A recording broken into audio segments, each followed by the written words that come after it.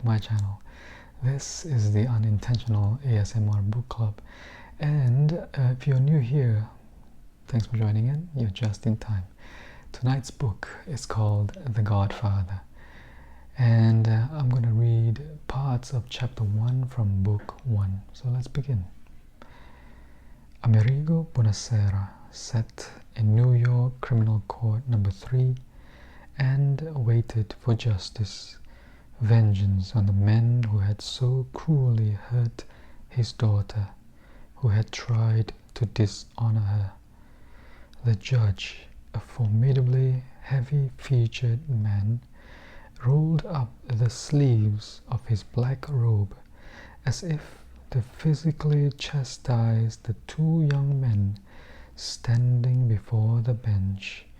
His face was cold with majestic contempt, but there was something false in all this that Amerigo Buonasera sensed, but did not yet understand.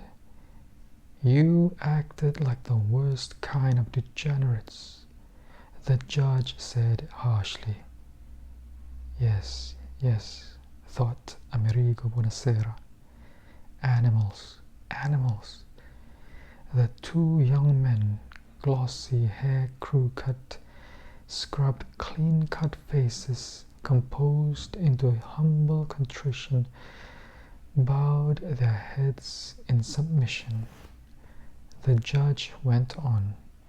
"You acted like wild beasts in a jungle, and you are fortunate you did not sexually molest that poor girl, or I'd put you behind bars for 20 years. The judge paused. His eyes, beneath impressively thick brows, flickered slyly toward the sallow-faced Amerigo Buonasera, then lowered to a stack of probation reports before him. He frowned and shrugged, as if convinced against his own natural desire. He spoke again. "But because of your youth, your clean records, because of your fine families, and because the law in its majesty does not seek vengeance, I hereby sentence you to 3 years confinement to the penitentiary, sentenced to be suspended. Only 40 years of professional mourning kept the overwhelming frustration and hatred from showing on Amerigo Buonasera's face. His beautiful young daughter was still in the hospital with her broken jaw wired together, and now these two animales went free? It had all been a farce. He watched the happy parents cluster around their darling sons. Oh, they were all happy now. They were smiling now.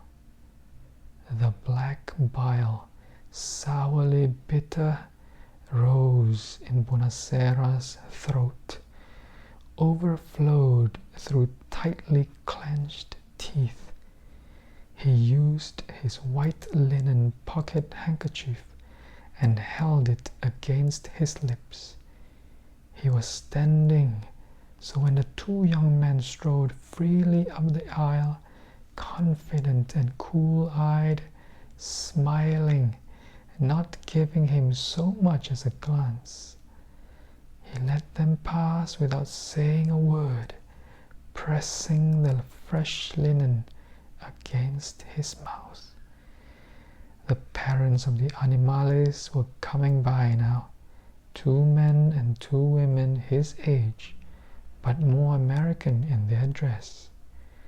They glanced at him, shamefaced, yet in their eyes was an odd, triumphant defiance.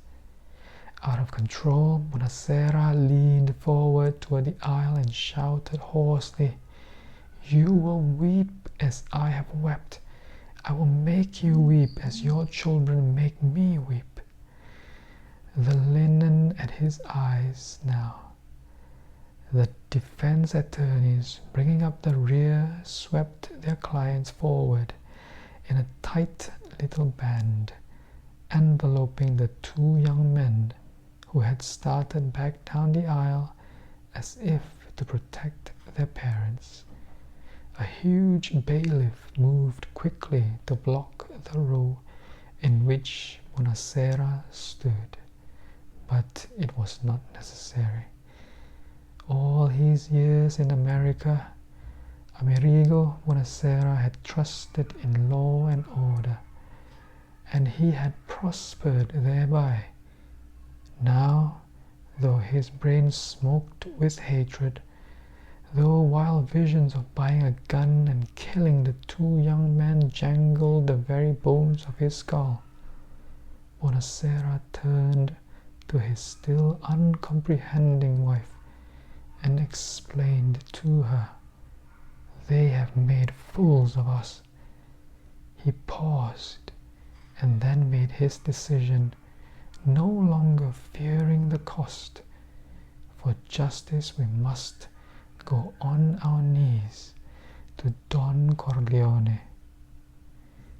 In a garishly decorated Los Angeles hotel suite, Johnny Fontaine was as jealously drunk as any ordinary husband.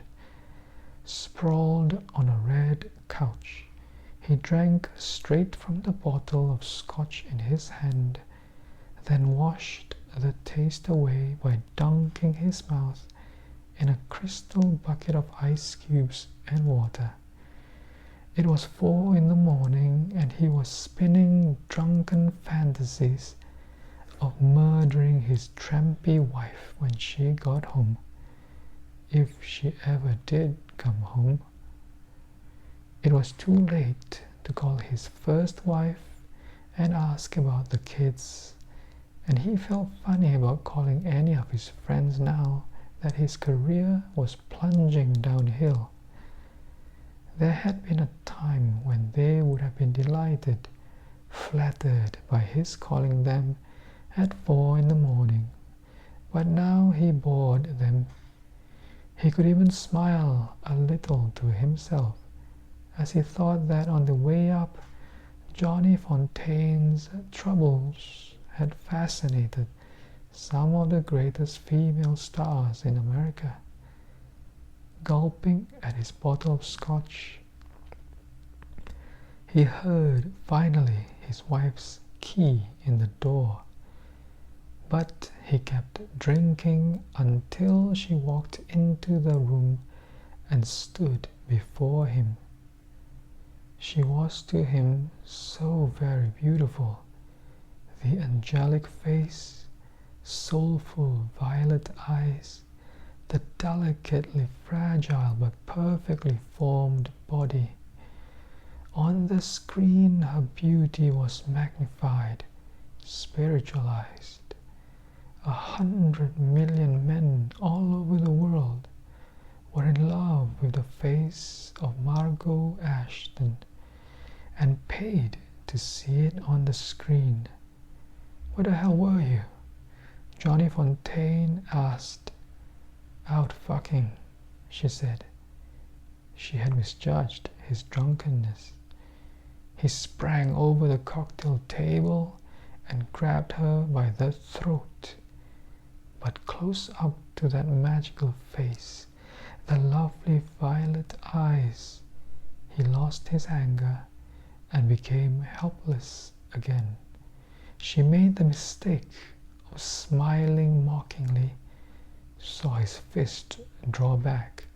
She screamed, "Johnny, not in the face. I'm making a picture." She was laughing. He punched her in the stomach and she fell to the floor. He fell on top of her. He could smell her fragrant breath as she gasped for air. He punched her on the arms and on the thigh muscles of her silky tanned legs. He beat her as he had beaten snotty smaller kids long ago when he had been a tough teenager in New York's Hell's Kitchen. A painful punishment that would leave no lasting disfigurement of loosened teeth or broken nose. But he was not hitting her hard enough. He couldn't. And she was giggling at him, spread-eagled on the floor, her brocaded gown hitched up above her thighs. She taunted him between giggles. "Come on, stick it in, Johnny. That's what you really want." Johnny Fontaine got up. He hated the woman on the floor, but her beauty was a magic shield. Margot rolled away, and in a dancer's spring was on her feet facing him. She went into a childish, mocking dance and chanted, "Johnny never hurt me, Johnny never hurt me." Then, almost sadly, with grave beauty, she said, "You poor, silly bastard, giving me cramps like a kid.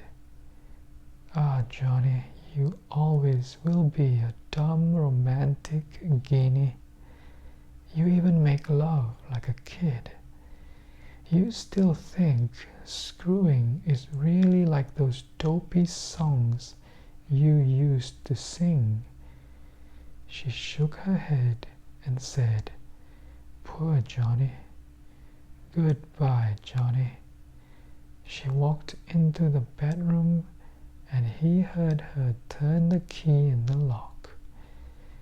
Johnny sat on the floor with his face in his hands. The sick, humiliating despair overwhelmed him, and then the gutter toughness that had helped him survive the jungle of Hollywood made him pick up the phone and call for a car to take him to the airport. There was one person who could save him. He would go back to New York. He would go back to the one man with the power, the wisdom he needed, and a love he still trusted, his godfather, Corleone. Alright, so that was part of chapter 1. I do hope you liked that reading, and if you do like it, do give it a like and share it with someone who you think would like, this kind of reading. Anyway, it's late. It's really late, actually. So I wish you a pleasant evening, and I'll see you in the next video. Goodbye.